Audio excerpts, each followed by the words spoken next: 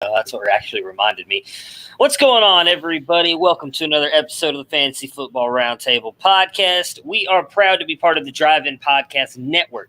We've got a ton of great podcasts on here, such as the Music City Drive-In, 50 years of music with 50-year-old white guys, Call Me By Your Commentary, Film Optics, Greek Vibes Radio, Top 10 with Tia, The Debbie Delight, Skates to Throats, Wrestling Geeks Alliance.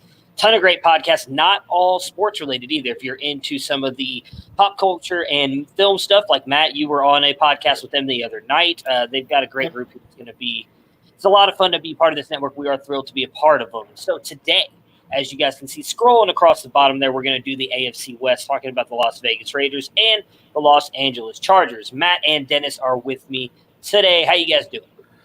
I'm doing fantastic. My first day back at work after vacation. Okay, so I'm not doing fantastic. It kind of sucked after being on vacation for 10 days. You know, when you say drive-ins, the first thing that always pops into my head when I was about 7, I came down to Columbus from Michigan with my uncle to visit. He lived down here, and his car broke down about 3 blocks from his house. And one of the things we had to walk past was a drive-in movie. And so we stopped to watch the movie, which was only a couple blocks from his house. And the movie that was showing was The Exorcist. Wow. And every time I hear drive-in, that always pops into my head. You know, I could have used you last night because I'm pretty sure I got added to the Music City Drive-In as we were talking about the films of 2000, since I was the only one on the panel that was old enough to take myself to the movies in 2000. What have you seen any movies at drive-in, Matt? And an actual drive-in, I was trying to think. I think I've been when I was younger. I'm waiting for the ones here to open up this summer because we were going to try to go, but I think they haven't opened because there's no movies. Yeah, that is the worst part about it. I know there's one here in Texas. I don't remember what they showed because my friend went and saw it. They went and saw it for the 4th. They showed some. It wasn't new movies. They showed some like re-release movies and then fireworks afterwards. But yeah, I think my first one. I don't know if this is a good thing or bad thing. Now we don't have the first one in Texas hasn't been open that long. The only time we knew of one being open was in Ohio. So as many of you know, I used to go back to Ohio all the time and visit. But during the summertime, I would always go to baseball games with my grandfather. I didn't really care about movies. I wanted to go see the Indians play. And so the first one that I actually went to, because there was no Indians game when we went back up there, was, I think, Jurassic Park 3. So I think that's the one it was with the was it the Spinosaurus? I think so. That would have been Park 3 came out in 2001, so. Very nice. I'm surprised that you knew that. I had no idea. But that was the first one I went and saw. We were looking up films of 2001 for the thing last night, so I clocked that one on there. Did that get any awards or anything? I mean, I'm a big fan of the Jurassic Park series. So. Jurassic Park 3, if it got an award, it would have been a Golden Raspberry Award for crappy movies. How dare! Although last night, basically the premise of how they're going through is they're picking a year, and you give a nominee that you'd like in all the categories. So I did revert back to my college days when they said, "Who do you want to nominate as Best Actress?" I went with Kristen Dunst for Bring It On, a movie I probably saw 95 times when I was in college. Wow, all right. I mean, I've seen it my fair share of times too, I guess, if I'm being honest. So I know I saw in the chat there's a lot of Britney Spears talk. I'm not really sure what that was all about. Because they're going to go every week now, moving up a year. So next week's 2001, and then the year 2002, Britney Spears was in Crossroads. And based on the fact that somebody nominated Anna Faris for Scary Movie and some other ones, people have decided, that they're going to make some campaigns. Our friend Kenzie, she's determined that Britney Spears is going to get into the pool when we revisit that year.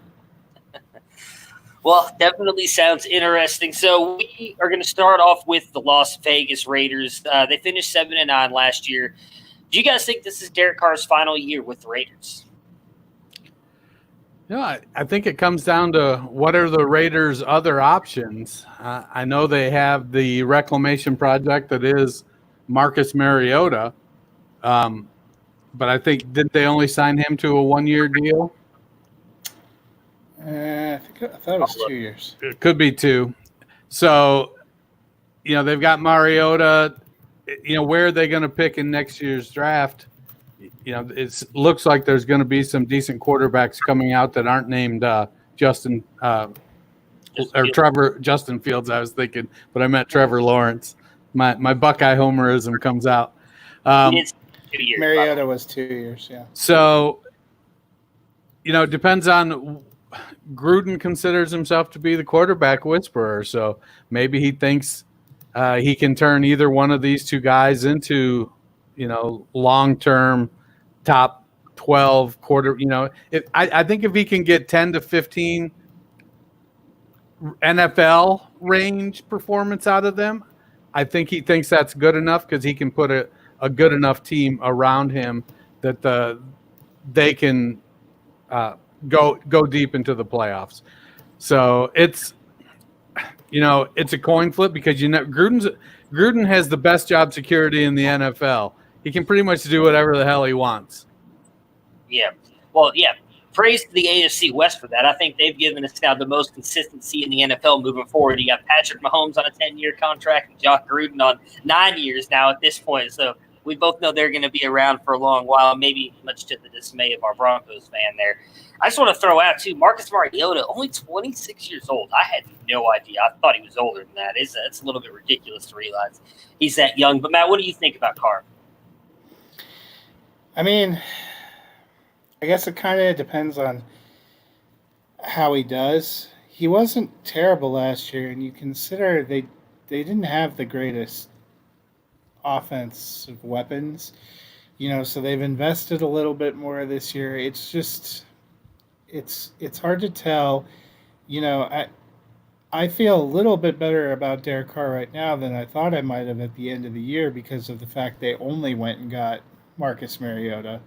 There was a lot of potential options and names talked about that Oakland might go get, in which case you would have thought the pressure would be more on Carr.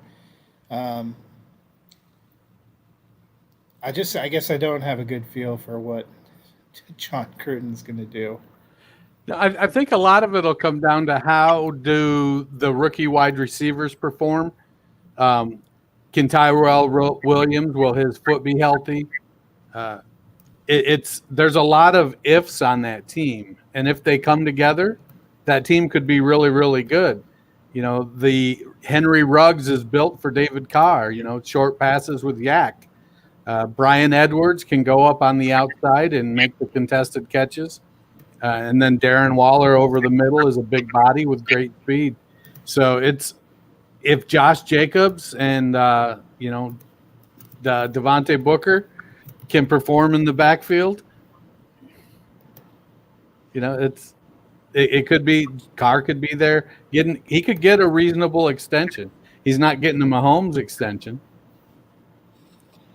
Yeah, I don't know. I don't think the Raiders are going to do as good as some others do this year. I don't think Carr fits well into what Gruden likes to do. He's not the guy that – I know everybody's going to point to the year – what would have been? I think the year that I think Carr almost won the MVP before he broke his leg. Like, he was actually throwing the ball. 14? Yeah, he's having a good year, but he doesn't – I was listening to NFL radio talk about the other day that – their biggest issue, I think, with Carr is he just plays it too safe. He's afraid to pull the trigger, and in Gruden's offense, sometimes you need to pull the trigger.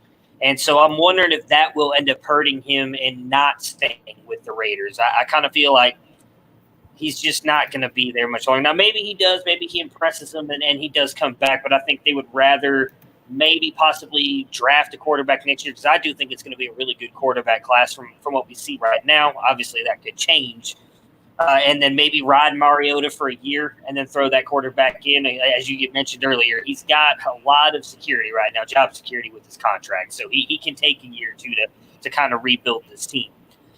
Some of their new additions they added in the offseason, Devontae Booker, Nelson Aguilar, Jason Witten, Marcus Mariota. They signed Jalen Richard back to a 2-year extension. And then they drafted Henry Ruggs in the first, Lynn Bowden in the third, and then Brian Edwards in the third. Losses, if you can consider them that, DeAndre Washington and Isaiah Crowell, both running backs. And then expiring contracts after this year, Jason Witten, Zay Jones, Devontae Booker, Nelson Aguilar, and Marcel Aitman. Fantasy finishes in 2019, Derek Carr, QB 17 with 252.36 points. Josh Jacobs, RB 14 with 171.6. Jalen Richard, RB 66 with 46.8 points. Tyrell Williams, wide receiver 44 with 101.1. Hunter Renfrow, wide receiver 55 with 84.5 points. And then Darren Waller, tight end 4 with 131 points. So over-under starts for Derek Carr this year, 16 games. I think I'm going to go under just because of the threat of injury. And if he does underperform, Gruden don't give two shits about it. He isn't going to worry about whether or not he has to massage Carr's ego. He's rub some dirt on it and tough, suck it up. A couple bad games, he gets a little dinged up. They could very well be like, hey, we understand you're injured, but coach, it's a hangnail. Yeah, we get it. You're injured. No problem. We're going to go ahead and start Mariota while you rest that to see those. That's the kind of thing I think you can see happening just to see if there's anything there with Mariota. But for the most part, I guess at 16 games, I'm going to take the under. But I would expect Carr to start most of the season. Yeah, I think I'm going to take the under too. I think what's going to have a big impact is, so last year the Raiders started pretty hot. We kind of forget they were in seeming contention for a playoff spot all the way up till the last week. And if if they're doing well and they're in contention, you could see Derek Carr, if he's in there, staying in there. I think if you see him lose and fall out early, or by the middle, why wouldn't you go and see the guy you're paying $17.5 million to, see if he would be an improvement? Yes, I'm going under as well for everything you guys stated. Whether it's him not playing up to par or him getting injured, I don't see him playing the full 16 games for the Raiders. If you guys own Jacobs, is it fair to not worry at all about who is it? Lynn Bowden. Washington. Lynn Bowden and Jalen Richard. I put Washington on there after I said he was after you said he's going. Yeah, they're worried about DeAndre Washington crawling back when he realized that the situation he went to in Kansas City was not optimal. Right. I think it's going to be Jacobs' backfield. He's going to get 70% of the touches. I do think Richard will get a little bit in the receiving game. Jacobs, it'll come down to if he performs in the receiving game. If for some reason he misses a block, then you're likely to see Richard or Devontae Booker in there. I feel like with Bowden, he's a wild card. It's one of those things we're just going to have to wait and see with him.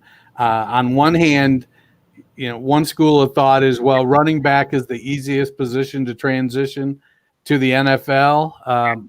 But is he a running back or is he a wide receiver? Is he a slot guy? What exactly is Lynn Bowden? And so I definitely think Jacobs is the most talented running back on that team.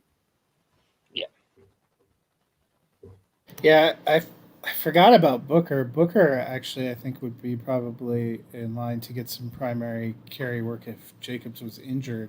But I don't think, Booker, Richard, or Bowden are guys that they see as 3 down or competing pieces. They're either third down back, change of pace back, or reserves. I think they made it pretty clear last year. I mean, they were given 20 carries a game to Jacobs when he had a broken shoulder. So they would like him to be their guy, whether rub some dirt on it. Rub some dirt on it. Yeah, I agree with you guys. I think he showed obviously a lot more than some of us thought. There was a lot of people who were really high on him. Me and Dennis were kind of iffy just because of what we saw out of Alabama.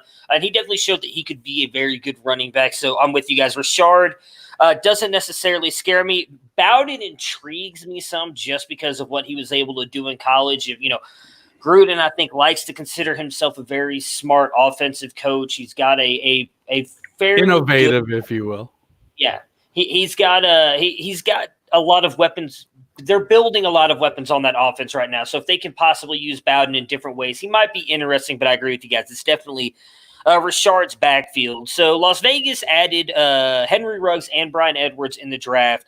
Do you trust anyone to be a wide receiver 2 this year? And who do you trust long term that's currently on the roster? Take it, Matt. I don't even know if we know who's going to be the wide receiver 1. Well, so I would say wide receiver 2 for fantasy. I'm not even worried about wide receiver. I'm talking about just, do you trust any of those guys to produce as a wide receiver 2 for fantasy? It doesn't have to be those two. Right. It can be Williams, Renfro, anybody. Who I just added that those two got added in the offseason, in the draft. I think the one that I have the hopes being a relative term, as I would be happy to see the Raiders go down in flames, personally. The most hopes for that I've been drafting is Bryan Edwards, but I wouldn't, I don't think that's 2020. I think that's down the road. I think we all had a similar opinion of how much we loved Henry Ruggs. I don't know if either of them is going to be incredible this year, coming off of a weird off season. I mean, they still have Renfro, Tyrell Williams.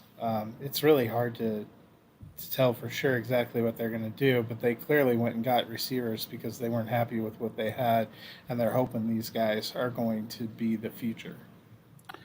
Yeah, I think that potentially it's going to be more, or I guess the way I see it is that there's going to be a lot of wide receiver 2 games, but who's going to have them when is going to be the big challenge. Somebody, it wouldn't surprise me one bit if Edwards or Ruggs comes out and establishes themselves as the number 1 receiver. I think last year what we saw was that their number 1 receiver was Darren Waller. But we also saw Waller's targets drop pretty significantly when Hunter Renfro came back from injury as well. So Renfro has that Julian Edelman, Wes Welker kind of game. And so he could be one of those 7 for 85-yard guys on a consistent basis that's going to produce 15 points a week and the occasional touchdown. Ruggs strikes me more as the 3 reception per game kind of guy, but he could also have 80 or 90 yards because he takes one to 3 the house touchdowns with his speed. And then Edwards, I feel like is somewhere in the middle. He's going to be the downfield threat, him and Tyrell Williams both. And so there's going to probably be different times where Edwards might have 6 or 7 catches for 120 yards. But then he might follow it up with one of those, 2 catch for 14-yard kind of games because Henry Ruggs took 4 catches for 183 yards and 2 touchdowns. And then they pounded the ball with Josh Jacobs. Or it's going to be the resurgence of Nelson Aguilar, the player no one saw coming. Yeah, that'll. I doubt it, but yeah, possibly. 5th or 6th year breakout Aguilar. He just needed to change teams and have no expectations. Had to get out west so his hands could get warmed up and he could catch the ball. Exactly. Yeah. I agree with you guys. I mean, obviously Edwards is the guy that I like the most. I think we've all kind of talked about how good we think he is as a player. Obviously, I agree with you guys. I don't think he does much this year. Him and Williams, I think, are going to be in the same role. I think what is interesting is after this season, there is no dead cap hit on Williams' contract if they want to get out of it. So I would be intrigued to see if Edwards, God, I keep mixing those two up. If Edwards steps up and does good in some of the games, if maybe they possibly move on from Williams and let Edwards be the guy. But they've got Williams signed through 2022 at about 11.5 for the next 2 years after this year, and there is no dead cap hit if they let him go. So that'll be interesting to watch, in my opinion.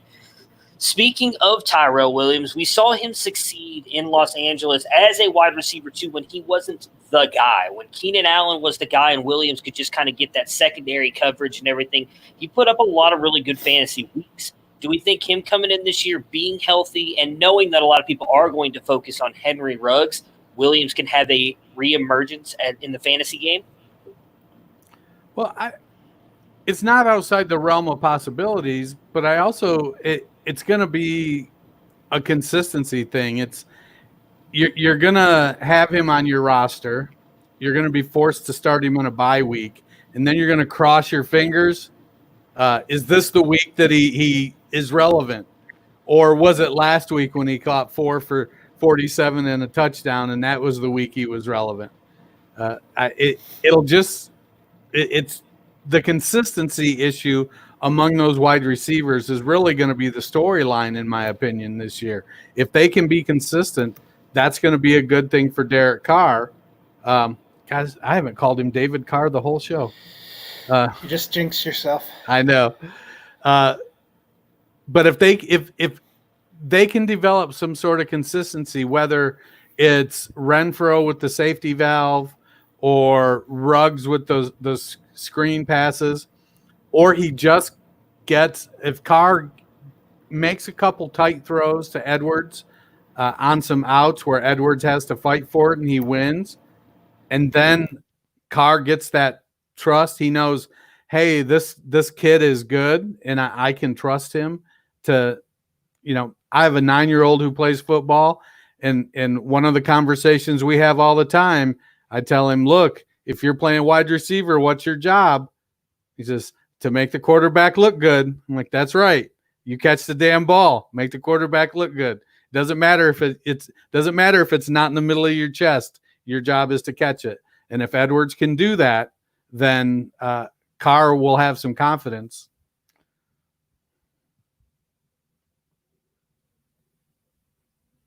Matt, any thoughts on Tyrell? So, I mean, if you look last year, Tyrell Williams was allegedly their number one receiver, and he didn't get more than 7 targets in any game. To me, he's a little too much of a touchdown-dependent guy, and the games where he really delivered for you, like week 3 against Minnesota, he only caught 3 for 29 but he got a touchdown, and that was on 3 targets. So I just don't know. They clearly are going to want to get Ruggs involved. Edwards is there. We talked about potentially some passing backs. Waller's still there. Renfro is there. I just don't know how high volume this pass offense is going to be. And, is Tyrell Williams going to go back to being the guy? It seemed like when he had good games for the Chargers, it was when he kind of caught a bomb for a touchdown. Well, why would you use him in that role when you have Ruggs? I would assume the only reason you really drafted him as you did is because you want to set that speed loose down the field. So it's hard to figure out what his role is going to be. It makes sense that they have an out and they took all these rookie receivers like we'll have to use and lean on a veteran this year, but we're hoping our guys pick up and then we can just mutually part ways. I don't think they ever envisioned him being a featured piece of their offense. He was a guy they brought in when they went to go get Antonio Brown. As like, hey, if you're going to use all your people on Antonio Brown, we got this guy we can bomb it too. So I think he was probably part of a vision for an offense that never materialized. Yeah, I don't know. I hope he does. I liked, obviously, what he did with Los Angeles, but I think when you're relying on Derek Carr to throw the ball to you deep as well, you're kind of asking for a lot right there as it is. So I'm not sure that he will succeed, but I do think he will get a lot of better matchups this year, especially if teams do try to, bracket coverage over Ruggs. Like Gruden's talked about him wanting them to do. He wants Ruggs to be his Tyreek Hill. And so with the speed he has, you can't just put your cornerback on him because most of them probably can't keep up with him. So you might have to try and double cover him with someone deep, which might end up helping out Williams in the long run. We do know that Derek Carr is not afraid to throw it to the wide open wide receiver, so maybe Williams can get himself wide open. Is Waller the baller going to ball out again in 2020? Well, see, Fantasy Sharks is projecting him with 62 receptions and 804 yards, 3 touchdowns. Tight end 8. I don't know if I'd consider tight end 8 balling out. I think with Waller, it'll come down. He became the number 1 option last year when they just didn't have anything else. And so this season with more options, the real question is, can he stake his claim and do something with it? I feel like that tight end 8 is probably a pretty decent spot for him. 62 receptions, 800 yards. His size, though, I think the potential is there for him to get a little more red zone work, more than 3 touchdowns. So, well, and see, that's the thing. Last year, he caught 90 for 1,145, but he still only had 3 touchdowns. So, if his receptions and yardage came back to earth, but he had more touchdowns, he could still be in there. The question is, it seems like a lot of people are drafting him as the 3rd or 4th tight end off the board. Is he going to be a top 3 tight end?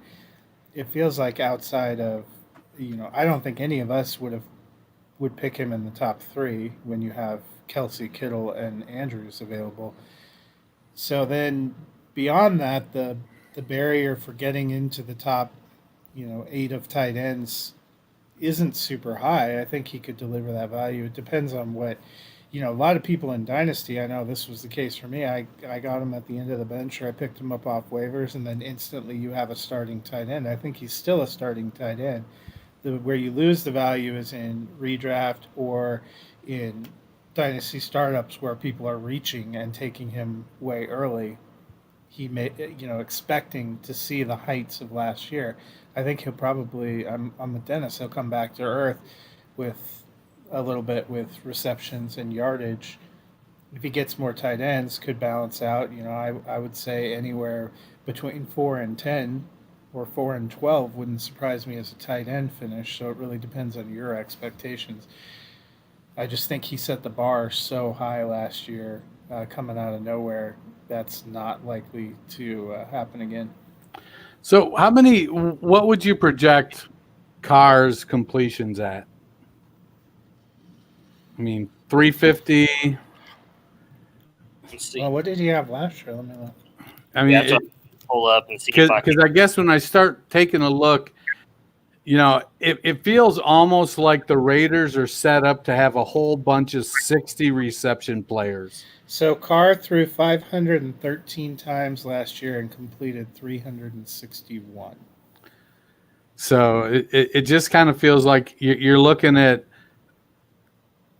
Edwards, Ruggs, Williams, Renfro, Waller, and a running back, and all of them having between like 50 and 75 receptions. Yeah, and see, last year, I think the big thing, Waller had 117 targets. Nobody else had more than 71, which was Renfro, only 64 for Tyrell Williams. Running backs, the most that any running back had, it looks like Richard had 43. So, if wide receiver targets start going up, that might eat into Waller, and if they're not, but then the question is, do they end up throwing more? It seems like with that offensive line and Jacobs, they'd be happy to pound the ball and throw as needed. So, yeah, I mean, last year was his lowest attempts. I mean, only by 2 compared to 2017. But he's been right up there in the 550s and more every other year with attempts. So I would think it'd probably be around that, just because they probably will rely a lot more on the run game, like you said, Matt. For me, Waller, I think I'm just echoing a little bit of what you guys just said. I don't expect him to be up there in that top 3 where he is going. But I could see him balling out because, as you mentioned, Matt, 4 through like 12 at tight end is kind of a crapshoot. So if you can produce anywhere in there, you're still an elite tight end, and I definitely think Waller can do that, even without getting a lot of touchdowns. So over-unders for the Raiders. Derek Carr, QB 22, over or under? Over for me. Where did I have him ranked? Let's see.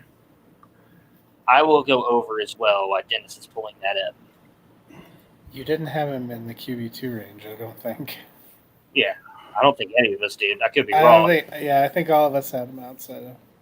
Yeah. All right, ADP of 227. He is the 30th QB off the board, just ahead of him. Big Ben, Cam Newton, and Dwayne Haskins. Would you take him over any of those three?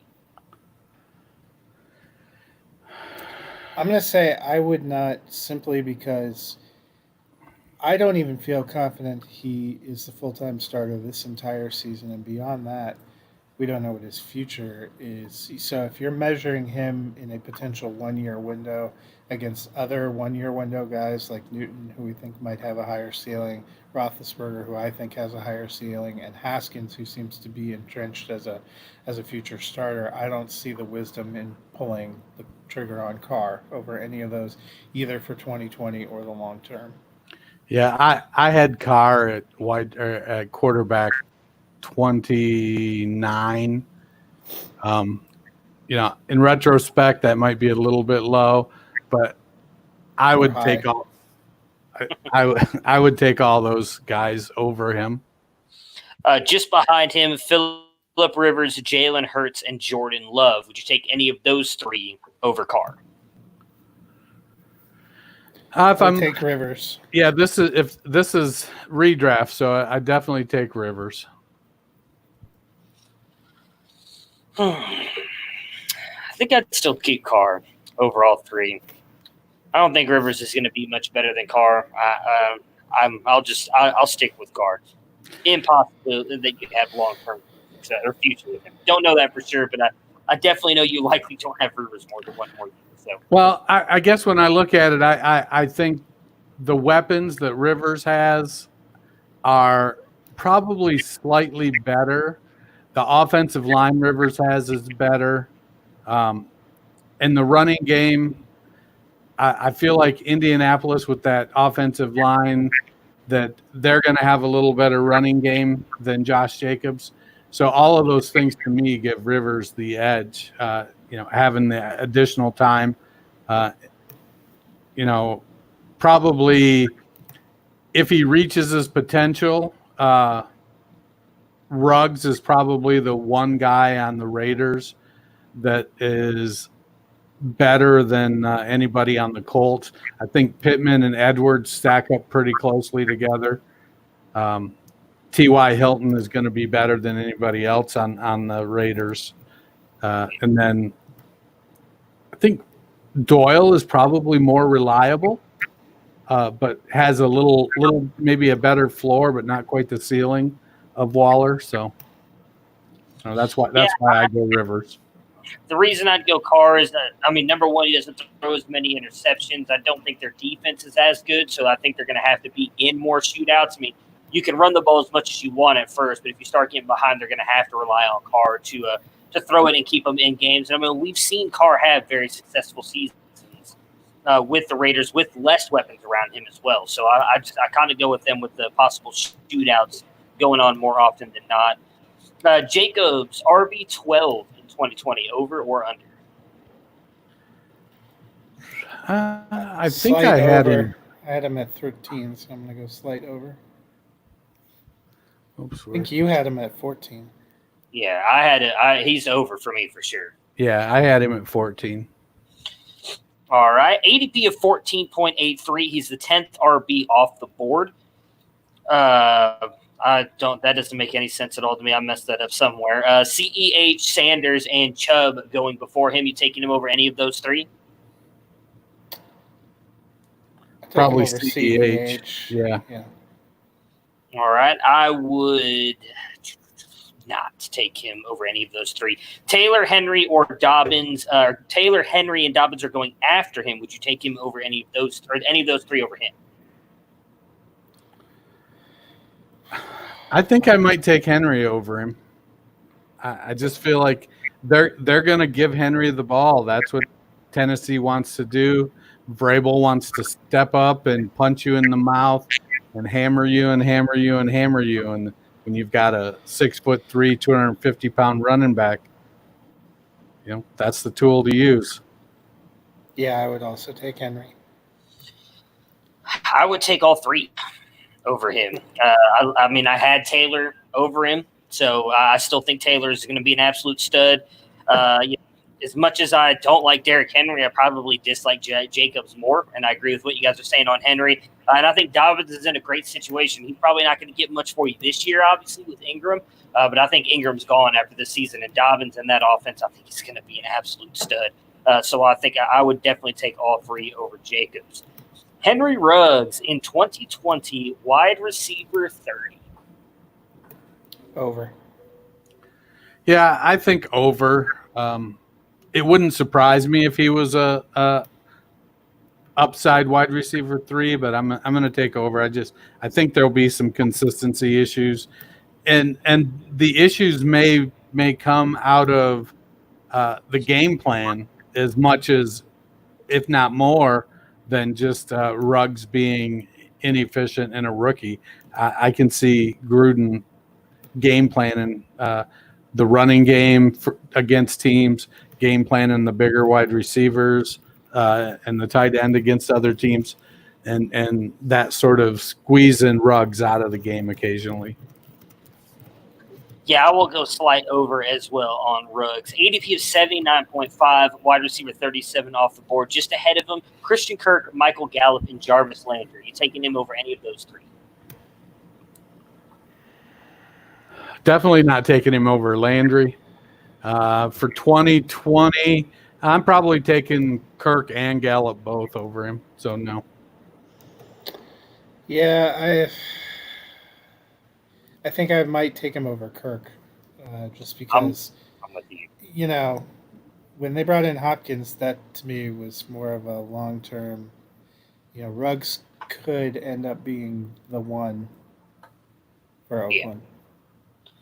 Yeah, I think bringing in Hopkins, and then you still have that stud and Hakeem Butler sitting on the roster there for Arizona. So I'm gonna. I'm not in on the Hakeem Butler argument. That's all you. But I would definitely take Gallup and Landry for sure over Ruggs. Just behind him, Pittman, Higgins, and Deontay Johnson. Would you take any of those three over Ruggs? So I've been drafting in Dynasty, and I've for the most part been taking Pittman and Higgins both over Ruggs in Dynasty. So I guess I gotta say yes. I don't think I would take Higgins. I think Cincinnati, unless they trade away A.J. Green or Green says screw it and pulls the Calvin Johnson, I think Higgins is going to definitely be the fourth or fifth wide receiver in Cincinnati.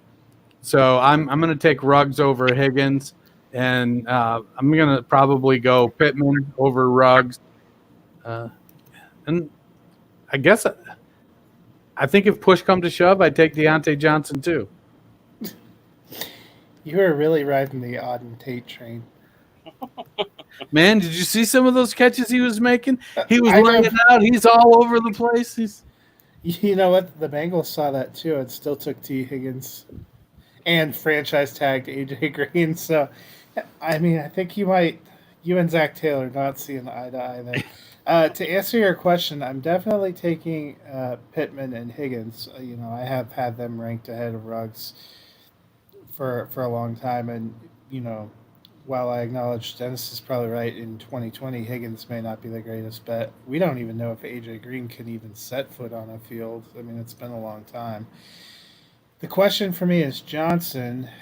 I probably am still going to take Ruggs over Johnson because there's a lot of questions about long-term, who's the quarterback there, what are they doing long-term, and whether or not he's even the true number two. So I probably would still take Ruggs there, but in my heart, I like Johnson better. Yeah, well, as we've both learned not to draft with our hearts because it tends to screw us more often than help us. I'm with you, though, Matt. I would definitely take Pittman and Higgins. I mean, Higgins might not be much this year, but I think moving forward, he's going to be Burrow's go-to guy, and I think he's going to be way more consistent than Ruggs will be on a weekly basis. And I'm not taking Deontay Johnson. I know everybody's kind of bought in on him being the breakout. Could be because there's a lot of talk, obviously, that Juju's not going to be back after this season with Pittsburgh. But as you just mentioned, Matt, I mean, as a lifelong baseball fan, seeing people try and come back from Tommy John is not easy. Big Ben trying to do that, I'm not sure how much Big Ben has left in the tank, and they just don't seem to have a viable strategy after Big Ben. And so I think not having a possible quarterback could hurt Deontay even more. So I would keep Ruggs over Deontay for now. Edwards, my goodness. Edwards, wide receiver 40 in 2020, over or under? I'm going over. Ruggs was 30. I feel like Ruggs and Edwards are going to finish pretty close together. I'm going to say just slightly under. Okay, I like it. I'm going to go slightly under as well because I've already done my rankings and I have him in my top 40. So I will keep him. Got to stay consistent with that, I guess. ADP of 109, wide receiver 52 off the board, just ahead of him. Will Fuller, Brandon Ayuk, and Laviska Shenault. Would you take him over any of those three? Man, I feel like Fuller's got to be healthy one of these years, and he's going to be going into this season. I think Fuller is going to be the guy in Houston. So I think I would take Fuller, but I wouldn't take Ayuk or Shenault. I would take him over Shenault. I would take him over Ayuk and Shenault and Fuller, actually. I just don't believe in Fuller, and I had him ranked above Ayuk and Shenault, so I've got to keep him there. Just behind him, Preston Williams, Jamison Crowder, and Sterling Shepard. Would you take any of those three over Edwards? I think I'd take all of them over Edwards. I feel like Crowder, I can see talking myself out of Crowder because of Adam Gase. I can see talking myself out of Shepard because he's made of glass. He tends to get injured. But push comes to shove, I'd probably take both of them. And I love Preston Williams, and so that's where I'm going. I would take Preston Williams over him, but I think if you're talking about dynasty in that range, I'm probably taking Edwards before Crowder and Sterling Shepard.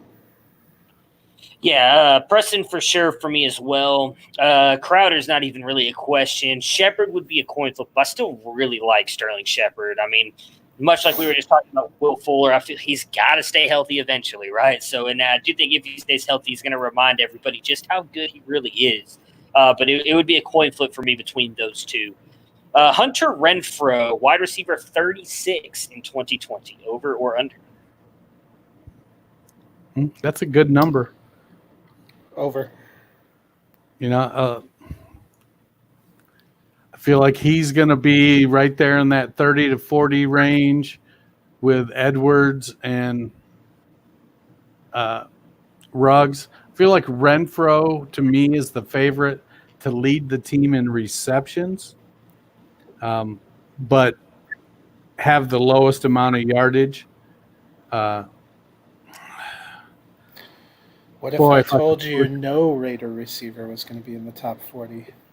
I mean, I can see it.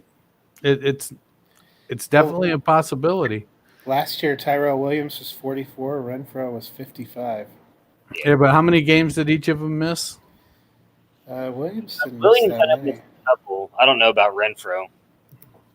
Well, I will go over on Renfrow as well. I agree with you, Dennis. I think he's going to get a lot of catches and possibly some touchdowns playing in the slot role, but I think his yards is just what's going to kill him. I don't think he's going to get you any yards. I think that's what's going to end up kind of keeping him right behind that 40 range for me, which is where I have him in my ranks. Williams played 14. Renfrow played 13. Wait, sure felt like less. That's because the production he got in most of those games sure felt like less. Williams started hot. He had like touchdowns in his first 5 games, and then he disappeared. Well, he had that. I think was it the plantar fasciitis? With someone who has had that is not easy to even walk. So the fact that he was even able to get on a football field and play, props to that man.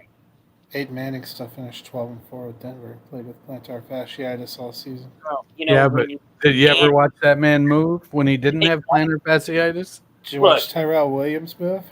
I have. He's a lot faster than Peyton Manning. He's got to run on every play. Peyton Manning, as soon as he saw the defenders, oh no, I almost ripped my whole thing out. Just crumpled down to the ground. Which, hey, you get what you get. Yeah, but before you have a chance to praise Justin Herbert. Oh, it's coming, baby. All right, so ADP of 183, wide receiver 76. Just before him, Alshon Jeffrey, John Ross, and Jefferson. Is that Justin Jefferson? That low? There's no way. No, it can't be. It's Thomas Jefferson. I don't know who Jefferson it was. And A. Jefferson. George Jefferson. So, would you take Are there any other receiving Jeffersons? It can't be Justin. I don't know. Yeah, I'm trying to Jefferson. Van Jefferson. Van Jefferson out in L.A. Oh, Van Jefferson. Yeah, there you go. That makes so, would you take him over any of those three? I'm probably taking Renfro over all three of them. I'm going to be honest. I think Hunter Renfro was only a thing because Oakland was looking at one of us to play wide receiver a few weeks last year. So I'm not taking him over any of them. I actually don't think he's going to be much of anything. Yeah, I'm actually kind of with you. And I don't really like any of those three ahead of him, and I'd still probably take three of them. Just behind him, Kenny Stills, Devin Duvernay, and Miles Boykin. Would you take any of those three over him? Not for 2020. In Dynasty, obviously, I'd take Duvernay and Boykin. Sell me on Miles Boykin sometime because I have him on a couple of teams, and I feel like it was just a waste of a space. But I would probably take Duvernay. But, some of those spaces are just for waste anyways. They're literally lottery tickets. You got to put something in there, wait a few years, see if it grows. And if it doesn't, you cut bait and you plant some other piece of shit seed down there and see. And then you watch that seed get planted in somebody else's field and sprout a forest. Devontae Parker owners everywhere. I mean, I loved Boykin last year, but it's a horrible landing spot for him. It comes down to volume, and they're still likely to be the lowest, one of the lowest, if not the lowest, volume passing offense in the NFL. And we know that the top dog there is Mark Andrews, and Hollywood Brown is number 2. So I think Boykin is going to move ahead of Snead as the number 2 receiver, but that doesn't say a whole lot for that team because they just don't pass that much. Hold him, because in 2 years when he leaves Baltimore and signs with Kansas City, he's going to be a fucking stud. But until then, he's not going to do much for like Ricky Seals-Jones. Exactly. This podcast took a dark turn. I would take all three. I actually think Kenny Stills might do something in Houston this year with the loss of DeAndre Hopkins. So I would take all three for this year and whatever. Stills doesn't work out, I just cut bait, which you're likely with Renfro. So if Fuller gets hurt like he usually does, Stills definitely has the potential to step up. It's when Fuller gets hurt like he usually does. Still, I know. I mean, one of these years, Fuller's somewhere have a good season. In an alternate universe, Will Fuller, Evan Ingram, and Sterling Shepard ball They're out like 16 games a season, NFL. And they flip us all off. Exactly. Darren Waller, tight end 7 in 2020. I'm going to go under. I think that's like spot on. So I guess if I had to pick, I'm going to say closer to 6 or closer to 8. I think I'm going to say closer to 8. Yeah, I'm going to go over as well. ADP 85, tight end 6 off the board. Just ahead of him, Ertz, Ingram, and Andrews. You taking any of those, or taking him over any of those three? I'm gun shy with Ingram in the injuries, so I'm taking him over Ingram. I take him over Ingram too. If I'm trying to win in 2020, I wouldn't take him over Ertz. But if I'm playing the long game, I personally think Goddard is the future there and not Ertz. So I probably would take Waller there. I wouldn't take him over any of those three to use Dennis's argument. Ingram's got to be healthy and do something one of these years, or stay healthy for all 60 games one of these years. So, well, 2020 has felt like the Twilight Zone for a lot of reasons. Exactly. So, football-wise, it may end up, all those people that could never stay on the field are just like magically bionic. And then all those guys like Derek Carr and all of a sudden just put in like fucking great seasons. Patrick Mahomes is going to throw like 20 touchdowns and 30 interceptions. It's all going to be flipped upside down this year. Can COVID regrow soft tissue? Has anybody done? Can it prevent hamstring injuries? I don't know. Maybe. We'll see. Just after him, Noah Fant, Hunter Henry, and T.J. Hawkinson. You taking any of those three over Waller?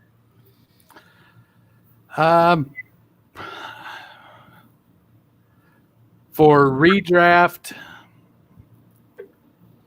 I mean, I can make the case for any of the four of them if I'm picking tight end 7, tight end 6. So, I don't know. I think they're all coin flips. In Dynasty, I'm probably going Fant and Hawkinson. Yeah, I'm definitely taking Fant. And I just want you to know, Dennis, on Monday's episode, for which you were not going to be present, but was recorded sometime previously, we channeled a lot of you by talking about how we were going to construct our teams. We didn't want your voice of reason to be lost there. We didn't want you to feel left out, so there's definitely a lot of channeling you through the episode when we talked about the Patriots and the Bills. I would take Fant and probably Henry. Hawkinson would be a coin flip for me. I just don't know about Waller. I feel like Henry is low-key almost as bad as Ingram. He is. The injuries especially. Yeah.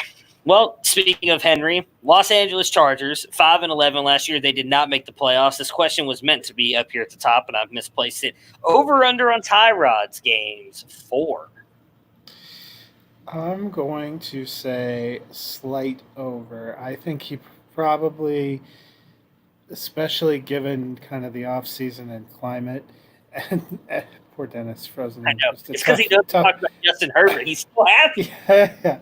I think Tyrod probably gets 6 or 7, at which point the Chargers are 1-5, and they're looking for a change. Dennis? Nope. You're still frozen. While we're waiting for Dennis to come back, we're going to assume Dennis is a Tyrod Taylor truther. He's going a full 16-game season. It's disappointing. I have a great Tyrod take, too. Oh, there we go. Oh, there you go. You're somewhat back. You're still fuzzy, but you were talking just fine. Well, I think, I was looking up to see when the Chargers bye week was, and it's week 10. So I definitely feel like it's going to come down to the Chargers' record. If they have a winning record and they're still in the hunt for the playoffs, I think Tyrod keeps playing. But if they start off, 2-4, we're probably going to see Herbert, unless Herbert just shits the bed in practice. Well, and you know what I'm looking at too is what games are by their bye week. They have. I'm pretty sure they have a pretty tough schedule out of the block too. I am going to. I've been sold on the 3 games here for a while, but I think I'm going to go slight over. I think he's going to get 4 games in, and I honestly think they're going to be either 0-4 or 1-3, and then they're just going to bring Herbert in and let him go. I love Tyrod, but I don't think he's that good of a starting quarterback. Last 2 games before the bye week are November 1st at home against the Jaguars and then November 8th at home against the Raiders. That would be a pretty soft landing spot if you were trying to put your rookie quarterback in. You get 2 home games against teams that probably aren't going to be killer, and then get a bye week to reassess. I think Max Crosby would have issue with that statement. And so would Joey Bosa. Oh, wait, he's on their team. Never mind. Yeah, he's on their team. Luckily. Yannick Ngakoue has no problem with it. He'd be happy to switch sidelines. He's like, I'll just come over and play with you, Joey. Keith Sweat, though. Keith Sweat will be the one. I mean, the Raiders Chargers is always tough because it's division rivals, but I think if you were looking at some of their options, if you could start out at home in the safety of the confines at a November state of the Jaguars, which unless they get off to a hot start, they're probably in full-on tanking mode. by then. We think they could end up being one of the worst records. That would be a pretty soft landing spot. So their schedule out of the gate is actually not that bad. Bengals could be a win. Obviously, there ain't no way in hell they beat the Chiefs, in my opinion. Panthers could be a win. Buccaneers could be a game. Saints, there's no way they win that, but Jets, they could win. Dolphins, they could win. And then you've got Jaguars, Raiders, Broncos, Bills. So I don't know. I still think Herbert sees the field probably by week 6 at the latest. That's just maybe it's just my undying love for the kid, but I think he's going to get out there sooner rather than later. Yeah, but if you're the Chargers, you invested in Herbert. He's not going to get preseason probably to get reps because it seems. I don't know how you guys feel, but I feel more and more by the day that we're not going to have any preseason games. We're going to roll right into the regular season. I think that's going to end up being their compromise. In which case, you have a guy that's trying to adjust to the new level, which may not have the most talented team, didn't get any kind of actual game reps, got only limited time in the offseason to work on him. If they want him to have the best, if you're going to invest in a future franchise quarterback, the worst thing that you can have is to throw him out there and have him get destroyed, start getting booed. You don't want to destroy their confidence before they even get a chance to start. And that's why Burrow's a different case. They made their decision. He's going to start week 1. They got rid of their guy. For Tua, who's coming back off of injury, for whom they have a veteran that was plenty frisky, and for the Chargers, who probably aren't looking at competing this year, I think they're on totally different trajectories, maybe than even they would have been if things had been more normal once we got to May. Well, I think with the Chargers, what we'll see if we don't have any preseason, we're going to see college-style games where if the game is out of hand, they're going to be quick to get Herbert in to get playing time. Even if the game is close, I could see them putting him in for a series to get his feet wet, in a first series of the second quarter. If the game is close, just to go in for a series and see what you can do, things like that. Third quarter or something if the game isn't out of hand. That way, they're trying as a way to make up for missing the preseason. Yeah, the one thing I'll say about Herbert, I know a lot of people seem to dismiss this, but I think it is a big deal that he's a very smart person. He won the academic Heisman, which is not something you don't expect. I listen to the Back Row Show. That doesn't matter. I know. That's so they say. But he's a very smart person, and you listen to people at Oregon, they talk about how smart he was when he even came in there as a freshman, how quickly he learned the playbook. I don't think he's going to have any issue with that. I know he hasn't been on the field, obviously being able to do that, and to be able to learn to play football, get up to game speed, you have to play the game of football. But I don't think he's going to have any issues learning the playbook. And I also think Anthony Lynn probably wants to try and secure his future a little bit here. And if they start out really bad and he throws out Herbert and they win a couple games, one thing I'll say is Herbert is by far, in my opinion, 10 times more talented than Tyrod Taylor. He's going to be able to win them games, keep them in games. He's got a ton more talent around him than he's ever had in his entire life. So I think that if he's given a shot, he'll be able to impress some. I'm not expecting him to go out there and put up Mahomes-like numbers. Not going to happen. Joe Burrow's probably going to be the best rookie quarterback this year, but I do think Herbert can go out there, even without any preseason reps, and be good. I truly believe in his escapability, his arm, and his brain when he's out there on the field. And when you have guys like Mike Williams and Keenan Allen that you can throw the ball to, where he's had guys of our talent, the three of us out there trying to catch balls at Oregon, I think he's going to be all right. So their new additions this year, they re-signed Austin Eckler to a 5-year deal. They picked up Mike Williams' 5th-year option, drafted Herbert in the 1st, Josh Kelly in the 4th, Joe Reed in the 5th, and KJ Hill in the 7th. They lost Phillip Rivers, Travis Benjamin, and Melvin Gordon in the offseason, and their expiring contracts after this year, a ton on the defense, by the way. I was kind of surprised how many players they might be losing on defense. Keenan Allen, Hunter Henry, Tyrod Taylor, and Justin Jackson. Their fantasy finishes: Austin Eckler, RB4 with 309 points. Keenan Allen, wide receiver 6, 261.5. Mike Williams, wide receiver 41 with 161.3. And then Hunter Henry, tight end 9 with 150.2. Assuming, since we all kind of talked about multiple different weeks here, that Herbert could take over, Tyrod lose the job, do you think either one will be viable for fantasy throughout the season? If you're talking about as a whole, I don't, I think we didn't have any of them above QB3 area, but if Herbert takes over and looks good toward the end, he might be a guy that you can stash that would help you down the stretch. I missed the question. Do you think either quarterback will be viable this year for fantasy? It depends. Definitely in Superflex, there's going to be opportunities to use either, depending on who's starting. But for the most part, they're going to be low-end quarterback twos. Taylor has never really been known for his completion percentage, though he throws an excellent deep ball, I'm told. But he doesn't have a super good completion percentage. He's a good athlete, smart player, and doesn't take a ton of chances.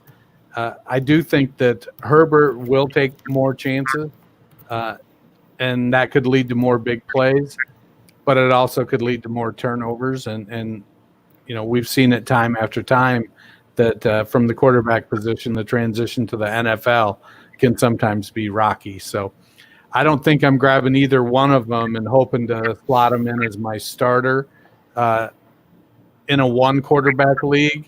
In a super flex, if I have either one of them, I'm probably hoping to upgrade my QB2 over them. If not, I guess you let it roll and move towards next year. Maybe you get lucky and hit them right.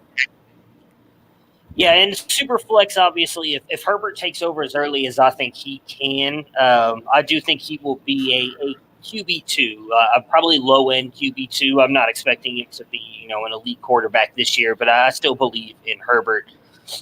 Let's just talk about the future NFL MVP, Justin Herbert. I'll just mess with him. Yes, I love the kid. It feels like one of us has a vested interest in his success, something to do with a tattoo, an unflattering tattoo. It's true. I will love. No, I don't really want a Dolphins tattoo. I'll get a Herbert tattoo for sure. I love the kid. I think he's going to be phenomenal. Everyone is expecting a drop off for Eckler. How bad do you think that drop off will be in 2020? I don't think it's going to be. I don't think it's going to be much at all. I feel like he's going to be set up for 100 targets again, and he's going to carry the ball 130, 140 times, just like he did last year. And they'll split the rest of the carries between Justin Jackson and Joshua Kelly. And Tyrod, being as mobile as he is, will likely pick up some of the rushing yardage as well, or the carries. So, they've already come out and said they're not looking to grind Eckler with 20 carries a game. They want to keep his role relatively similar, 10 carries, 12 carries, 10 targets, that kind of thing. Well, when you have a stud like Justin Jackson, he can take the 15, 16 carries that you don't want to give Eckler every week. He can. But I think I'm with you. I think Eckler still finishes as an RB1. I think we both thought he'd come down from where he was as RB4 last year. But, between RB8 and 12 makes sense to me. Yeah, I think I had him at RB9. And I think I had him at 10. Yeah, I had him at 13, I think. So obviously a drop from 4, but I think he's just going to be just right outside that top 12. Wouldn't be surprised if he gets in there. I just think a little bit of a drop down. I guess it sounds like a lot when you say 4 to 13, but I don't expect him to be that bad this year. Can Mike Williams finally become fantasy relevant? He's obviously shown on the field he's a phenomenally talented player. He just seems to have injuries and other things go wrong for him. He can't stay on the field. It seems to be the theme of this episode.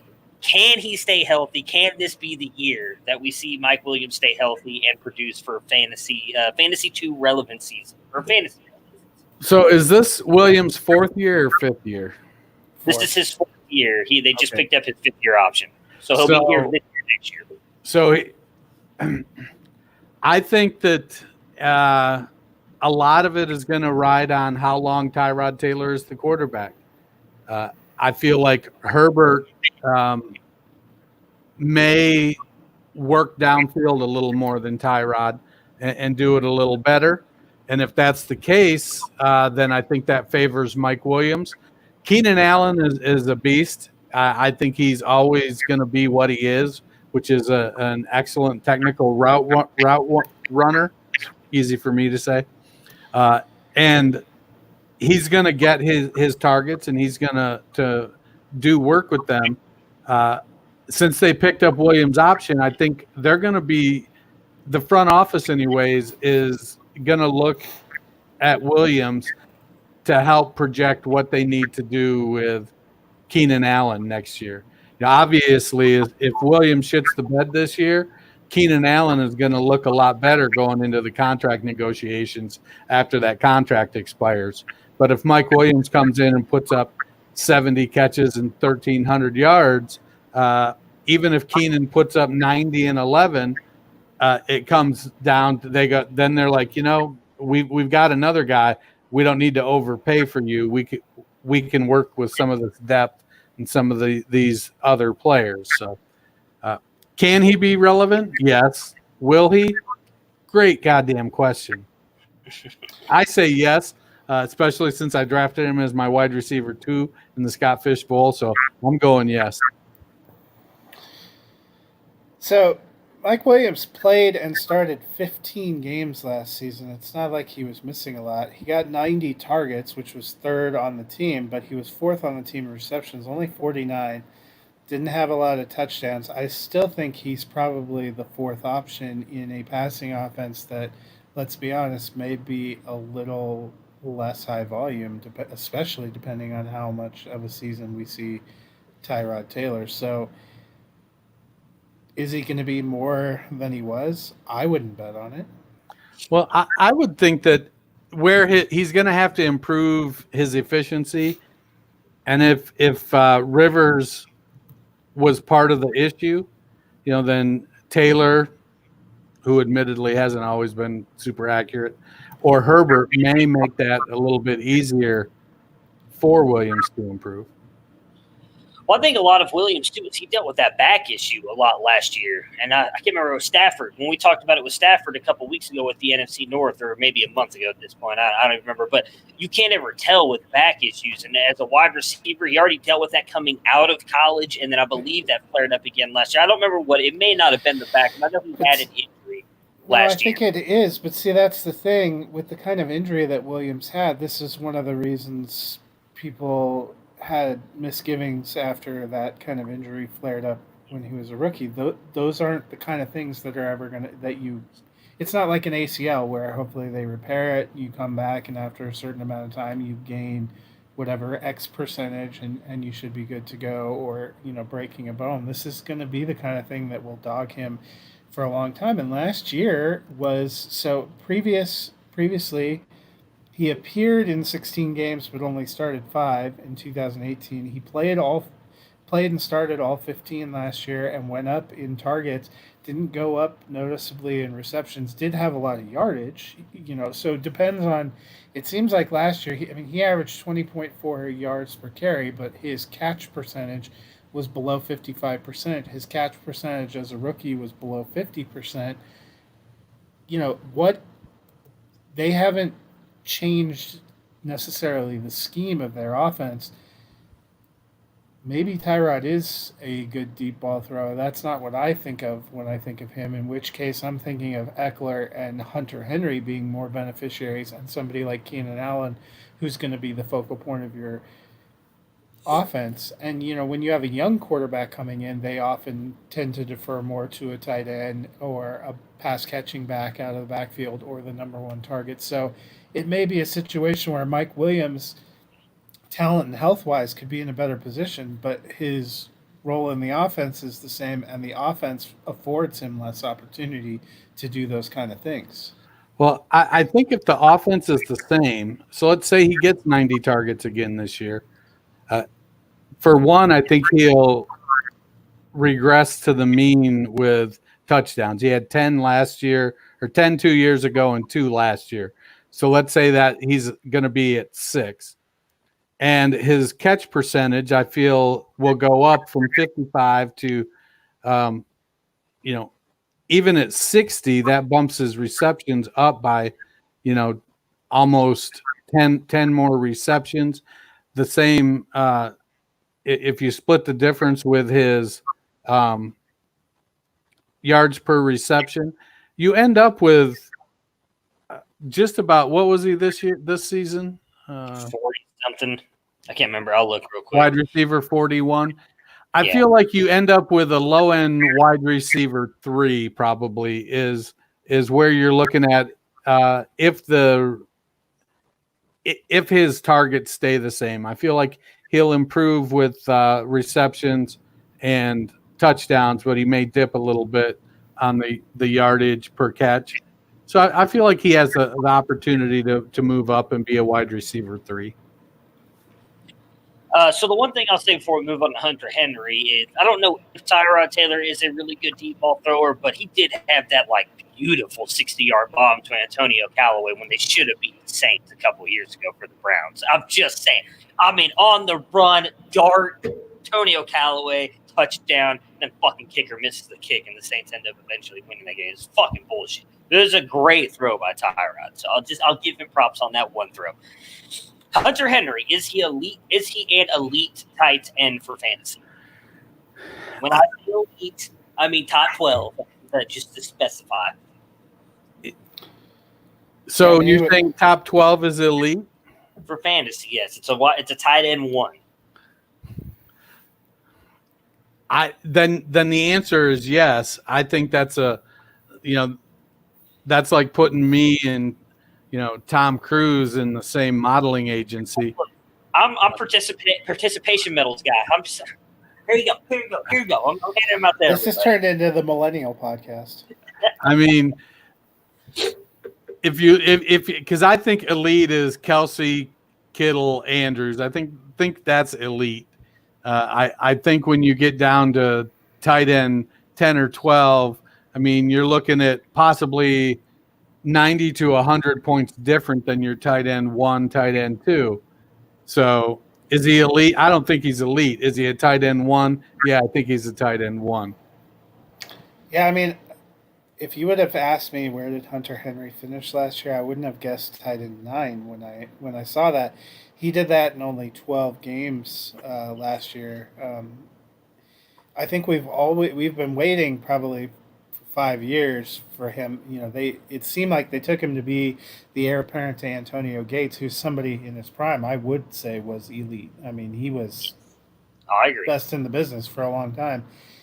And they liked him, and it just seemed like he couldn't get past Gates for a couple of years, and then when it looked like he was about to have that opportunity, blows his ACL. Some lingering issues from that again last year, but I think we started to see why they believed in him. I don't know. I tend to be more like Dennis. I would say there's only, to me, 3 elite tight ends right now: Kelsey, Kittle, Andrews. But I would put him in that next tier of guys. If you're talking about the Waller, Evan Ingram, Ertz, I would put him in that group. When he's been on the field, he's been very good, and that's probably why they franchise tagged him. Yeah, and I agree with you. I think that's his biggest thing is he's just got to stay on the field. And we saw that a little bit more last year. Hopefully he can continue that trend and kind of staying healthy and being on the field. Hey, fellas, I hate to interrupt, but I have to hop off. I got an emergency situation to attend to. All right. We'll see you again on Thursday. Yeah.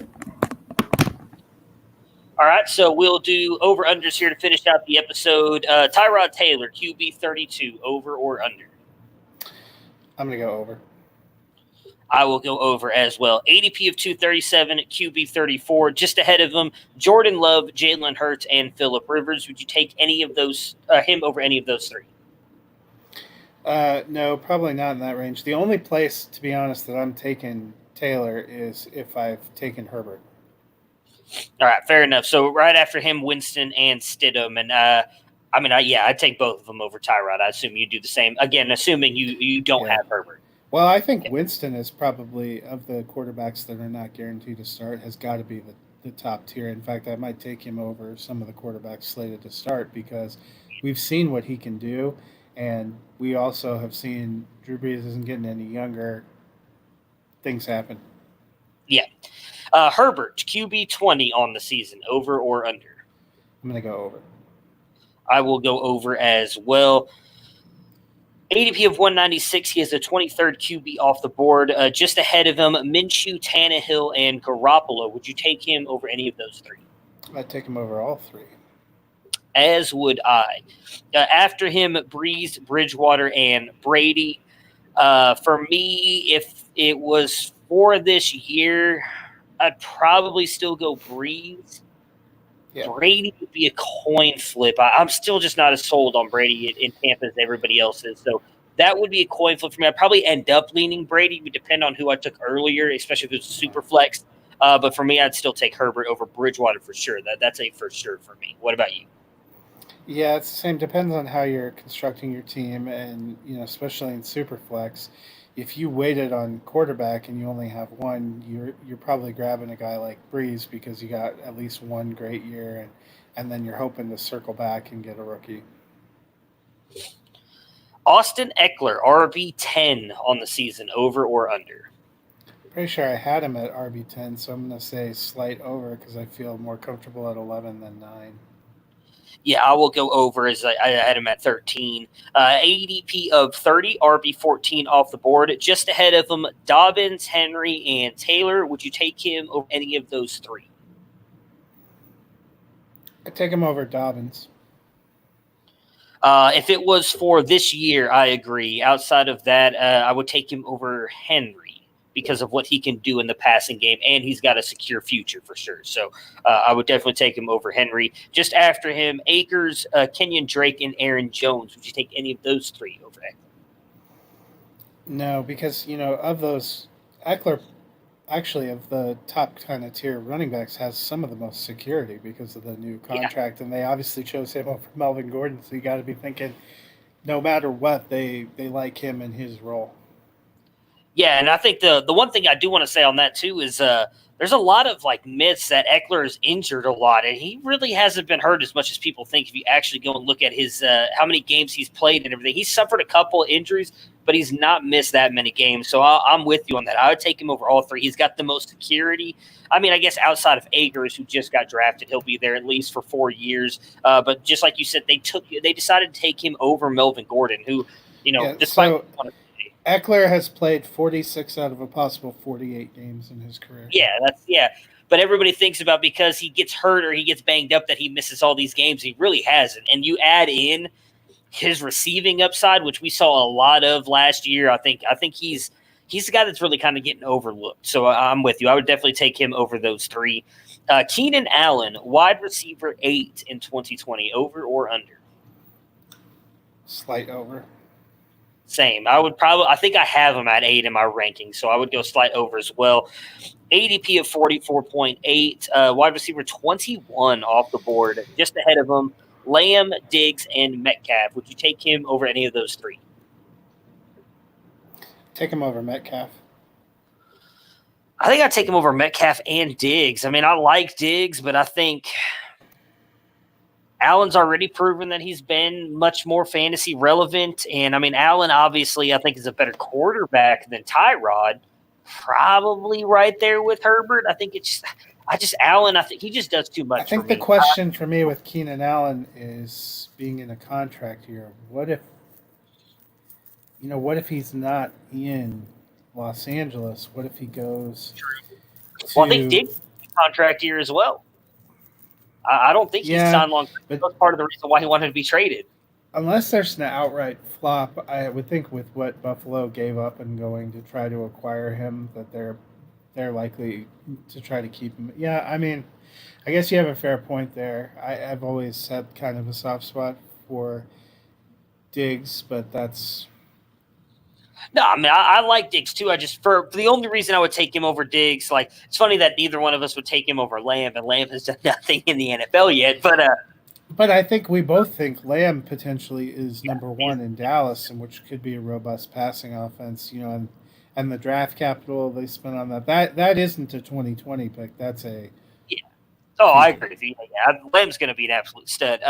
The only reason, like I said, I'd take him over Diggs is just he's proven it longer, and even with the injuries, I think Allen has still been more fantasy relevant. So even if he doesn't end up in Los Angeles next year, I would imagine some team's going to sign him because it's not like he's not even an off the field kind of guy like Antonio Brown was, where you're like, well, do they want to bring that kind of distraction in? I've never seen anything bad about Allen. And I think one of the most underrated route runners as well. If you watch some of the videos that the Chargers post of him running routes, it's ridiculous how good that guy is. I think he's one of those guys where because he's played on a team like the Chargers that seems to be bounced in the first round of the playoffs every single year and then hasn't been quite as good as we all hope they would be the past couple of years, he kind of gets overlooked. Just behind him, DJ Chark, Jerry Jeudy, and Terry McLaurin. Would you take any of those three over Allen? I would take McLaurin. I think McLaurin would be it'd be a coin flip for me on those two. Chark would be close as well. Jeudy, I don't know. I love Jeudy, but Sutton I think is the stud there, and I don't know. But McLaurin a coin flip. Chark would be behind him for sure for me. Mike Williams, wide receiver 28 in 2020. Way over. I'll go slide over. I think he finishes like around 32. I can't remember where I have him, but I'm pretty sure it's right around there. I think he's going to have 52. 32. ADP of 97, wide receiver 48 off the board. Just ahead of him, AJ Green, Denzel Mims, and Mecole Hardman. Would you take him over any of those three? Boy, I thought this was going to be easy, but no, I guess I would take him over Mecole Hardman. I think I'd take him over Hardman and Green. I like Green, but I don't know where his future's going after this year. He's got the lower leg injuries. I don't think he comes back to Cincinnati. But if he ends up getting traded in the preseason to the Patriots so he can play with Cam Newton, we're all going to feel real sad. True, but I don't think that happens. Just behind him, Brandon Ayuk, Will Fuller, and Brian Edwards. Would you take any of those three over Williams? I don't know if you've heard, but Auden Tate is the truth, so I think that AJ Green trade is about to happen. I mean, I like the potential of Edwards, so I probably it's kind of a toss up. I'm not a huge Mike Williams fan. It's hard. I think if we were channeling Dennis, he'd say he wouldn't take him over. He wouldn't take anyone over him.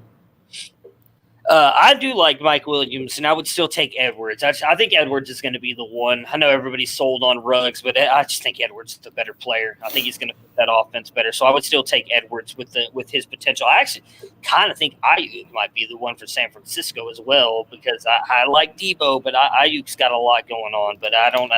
But if Keenan Allen moves on, does Mike Williams get a shot to be the one for the Chargers? Yes, I think he does, but I still think Edwards is better. Just with what Edwards can do, because Edwards is a guy who can go deep and he can play anywhere on the field. And that's kind of why now I'm kind of leaning Ayuk as well, because I think Ayuk can do it all. So I think in the end I'd probably take Ayuk as well. Both of them. Well, that's why I think when you're kind of in this range, especially looking at Dynasty, you kind of have to go with your gut about how you feel about the player and what role they're going to be, and not look. I think that's where dynasty players get trapped. Sometimes you're looking at the current situation when you have to brace yourself for a current situation, but you need to look in 3 years. Am I going to think, oh my God, I took Mike Williams? Yeah. I mean, especially at this point, wide receiver 48 off the board, I think, unless I've just completely punted wide receiver, in which case, if I've completely punted wide receiver, I'm probably trying to take a bunch of young guys with a lot of upside compared to guys who've just been in the NFL. But yeah, I think. Well, Ayuk could have as good a 2020 as Mike Williams with the Debo injury, and we don't know how sustainable that's going to be. It's not like there's a plethora of options there. Yeah, I think for me, I've definitely gone. Now that I think about it, I've talked myself into Ayuk and Edwards for sure over Williams.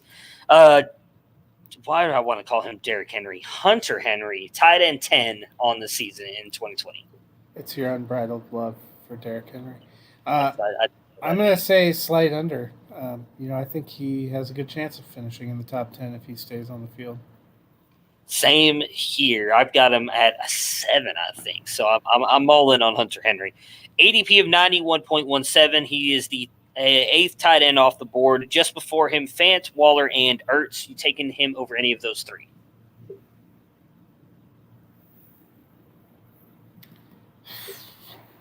Probably depends on the day. I mean, my natural inclination is I would probably take him over Ertz, and it's not because, I think Ertz is still going to be good in 2020. I'm just sort of fading him in the long game.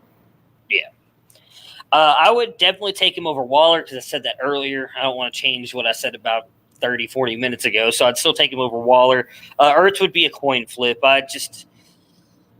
Even if Ertz moves on, I think he's good enough that if he lands on another team, he could still be good. And I think both of their futures are in the air, kind of, because I agree with you. I think Goddard's going to be the future there sooner rather than later. And they franchise tagged Henry, but they don't necessarily have a ton of cap room, and they've got a ton of players coming up on contracts, as we talked about earlier. So I don't know for sure if Henry is going to be the future there either. Hawkinson, Goddard, and Higbee are all going behind Henry. Would you take any of those 3 over him? No. I might Goddard just because I think with Philly he could be huge there, especially once Ertz moves on. But he'd be the only one for me. So that does it for today's episode. Obviously, Dennis had to cut out a little bit early there. He has a family emergency. We will be back on Thursday, I believe, probably doing a Scott Fishbowl episode. I think my draft is the only one that has not wrapped up yet. Tony's might not have. I haven't seen if he said so or not, but we're almost done. I think we've got 5 rounds left. So we will have our full rosters hopefully by Thursday. We will jump in and talk about that. So everybody, thank you for stopping by, and we will see you guys again on Thursday.